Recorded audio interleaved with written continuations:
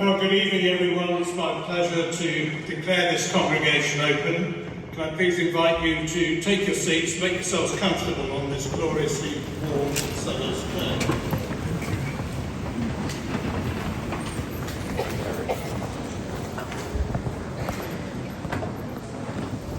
It's my pleasure to preside over this ceremony as Pro-Chancellor of the University, and I'm delighted to be part of such a wonderful celebration of our students' achievements in the company of families and friends.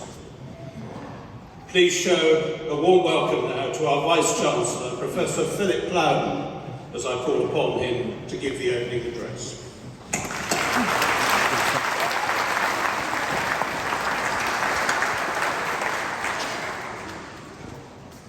Pro-Chancellor, distinguished guests, ladies and gentlemen, and of course, all of you who are graduating.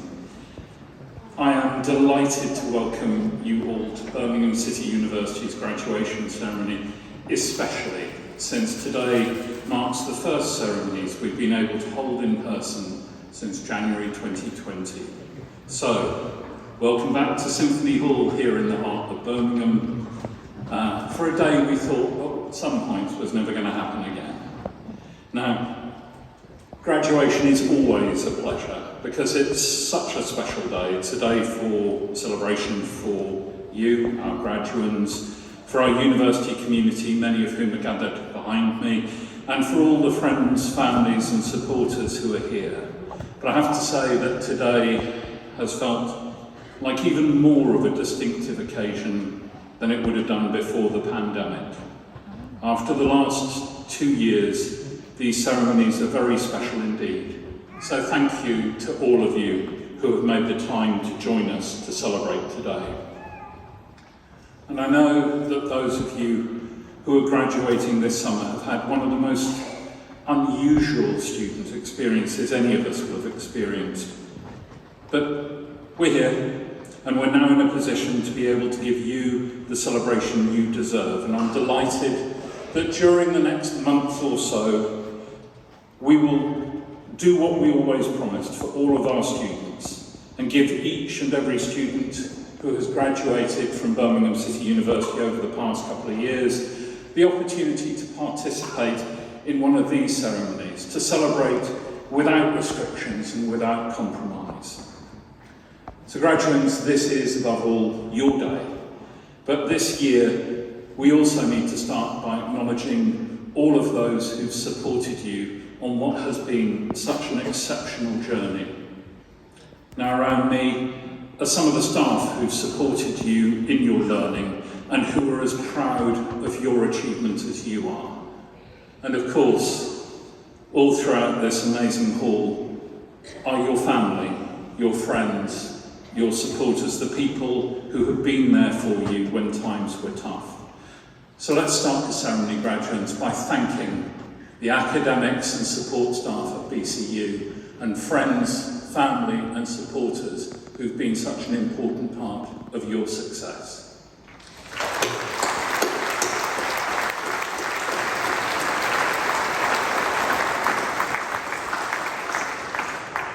Now, the period of your studies has been one where you have seen change on a grand scale, change which has impacted on every aspect of all of our lives, and you, our graduates, and the rest of our BCU student community know this better than most. But I hope that despite this challenge, your time at BCU has been memorable for all the right reasons as well. That sense of community, of friendship, of learning. And I hope that you can reflect on the challenges of the pandemic and remind yourself of the determination and adaptability that each and every one of you has had to demonstrate, because it's going to stand you in great stead for your future. So this has been a time when the university itself has continued to develop and to change, from some of the redevelopment of the Skills Hub down at City South, which is underway even now, to the refurbishment of the old Belmont Works up on our city centre campus, And I have to say it's great to bring the Belmont Works building back into use because it's a symbol of the way in which this university is part of the fabric of the city and has been for almost 180 years now. There's such a buzz and excitement in Birmingham this summer. Of course, Birmingham is often full of excitement because it's one of the youngest cities in Europe, and the diversity of the city and its communities give it a rich and distinctive cultural offer. But all around us, the city has continued to change. The hall in which we're sitting has undergone a remarkable facelift, complementing the new Centenary Square outside and all of those developments around Paradise Circus. And each week brings announcements of new businesses coming into the city and new cultural developments, whether it's film studios and production facilities or the region's thriving digital industries.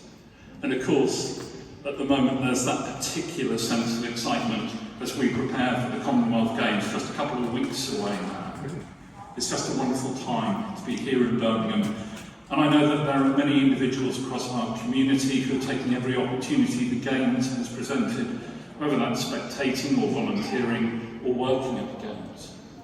And because BCU is so deeply part of our city, it's no surprise to see how our students are part of the preparation for the Games.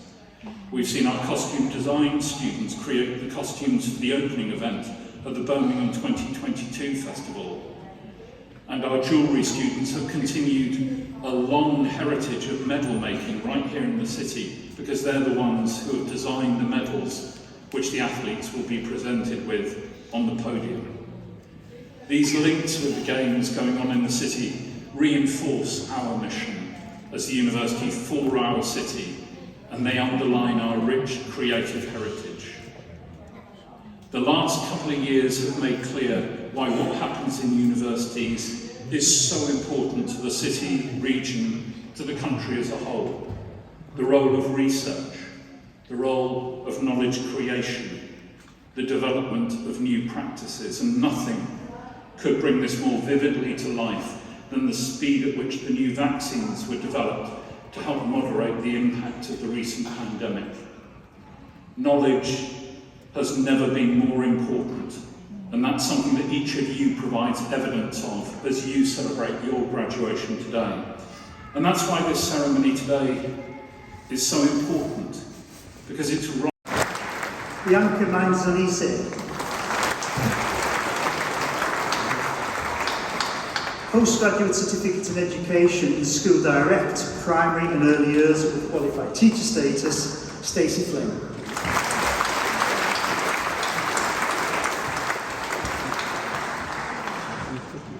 Postgraduate Certificate in Education in Primary and Early Years with Qualified Teacher Status 5 to 11 years, Shamila Begum.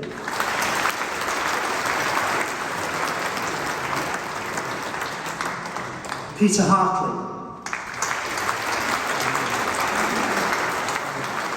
Hassan Junaid. Rihanna Kauser.